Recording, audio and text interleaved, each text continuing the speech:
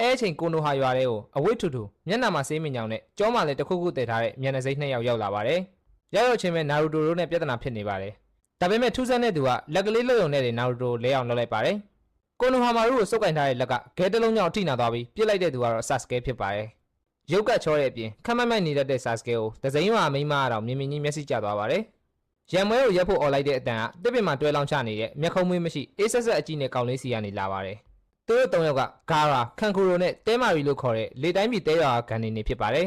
။နှစ်စဉ်နှစ်တိုင်းဇူလိုင်လရဲ့အစမှာဂန်နေတွေကိုအလဲတန်းအဆင့်နေညာဖြစ်တင်ပေးတဲ့ချူနင်းအိမ်ဆန်းကိုကိုနိုဟာရွာမှာကျင်းပတော့မှာဖြစ်ပါတယ်။မကောင်းဆိုးအကြီးနဲ့တဲရွာဂါရာကိုနိုဟာရဲ့အတော်ဆုံးကျောင်းသားဆာစကဲတို့ကအစပိုင်းမှာတတိထားနေကြပါတယ်။ခါကာရှီဦးဆောင်တဲ့ဥဇူမကီနာရူတိုအိုချီယာဆာစကဲနဲ့ဟာရူနိုဆာကူရာတို့ရဲ့တင်7ခရနိုင်ဦးဆောင်တဲ့ဟီရူဂါဟီနာတာအာဘူရာမရှိနိုအီနူဆူဂါခီဘာတို့ရဲ့တင်အိမ်နဲ့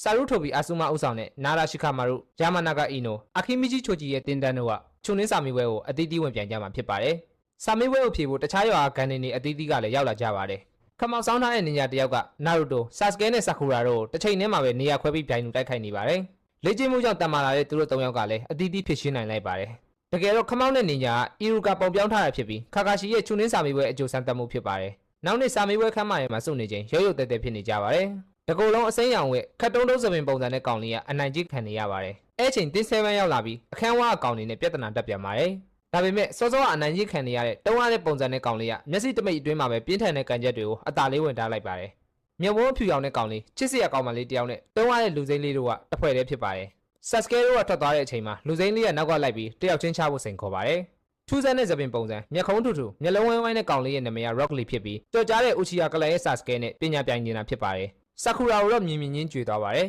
။နာရူတိုကတော့မြင်သမျှလူတိုင်းရဲ့ဆာစကဲကိုပဲအာရုံစိုက်နေရကြောင်းဒေါသထွက်ပြီး Rock Lee ကိုအရင်စတိုက်ပါတယ်။လှင်မြန်ပြီးတိကျတဲ့လှုပ်ရှားမှုတွေနဲ့နာရူတိုကိုခဏလေးချွေးသိပ်ပေးလိုက်ပါတယ်။ Rock Lee ရဲ့တိုက်ကွက်တွေကတာမန်မျက်စိနဲ့လိုက်ကြည့်ဖို့မဖြစ်နိုင်တဲ့အထိအလွန်လှင်မြန်တာကြောင့်နင်ညင်စုလာကန်ကျူစုလာတောင်ခွဲမရဖြစ်နေပါတယ်။အဲဒါကြောင့်ဆာစကဲကသူ့ရဲ့ sharing gun ကိုဖွင့်ပြီးတိုက်ပါတယ်။ဒါပေမဲ့နင်ညင်စုကိုကန်ကျူစုကမဟုတ်ပဲနင်ညာကိုခံပညာထန်ကျူစုတက်တက်ကြီးနဲ့တိုက်နေတဲ့လှင်မြန်တဲ့ Rock Lee ရဲ့လှုပ်ရှားမှုတွေက sharing gun နဲ့တောင်ကြည့်လို့မလိုက်နိုင်ဖြစ်နေပါတယ်။ကမ္ဘာပေါ်မှာစ조사တဲ့သူနဲ့မစ조사တဲ့သူဆိုပြီး2မျိုးရှိတဲ့အနက် sharing gun ကမိဘအမွေနဲ့ကြောက်တာရလာတာဖြစ်ပါတယ်။ Rock Lee လိုလူမျိုးကတော့နေညမပြတ်တေလောက်အောင်စ조사ပြီးမှဒီအဆင့်ထိရောက်လာခဲ့တာဖြစ်ပါတယ်။အတော်ဆုံးမှဆိုရဲ Sasuke တောင် Rock Lee ကိုတစ်ချက်မှမထိနိုင်လိုက်ပဲမချိမလရှုံးသွားပါတယ်။အဲအချိန်လက်ကြီးတစ်ကောင်ရဲ့အပေါ်မှာ Rock Lee နဲ့တပုံစံနဲ့တူတဲ့ပေါ်တော်တော်လူကြီးတယောက်ထွက်လာပါတယ်။သူကတော့ဂိုင်းဆန်ဆဲဖြစ်ပြီးခါကာရှီရဲ့တငယ်ချင်း Rock Lee ရဲ့ဆရာဖြစ်ပါတယ်။တိုင်းဝက်ကိုမလိုအပ်ပဲထုတ်သုံးတဲ့လီကဂိုင်းဆန်ဆဲရဲ့ဆုံးမမှုကိုခံလိုက်ရပါတယ်။ဂိုင်းနဲ့ခါကာရှီကိုလူတွေကအနိုင်ရှုံးမရှိတဲ့ပြိုင်ဘက်တွေလို့ခေါ်ပါတယ်။နင်ညာလောကမှာပါရမီရှိပါတယ်ဆိုတဲ့သူတွေကိုရှင်းနိုင်မှုအတွက်နင်ညင်စုနဲ့ဂန်ဂျီစုတွေကိုမတုံးနိုင်တဲ့ Rock Lee က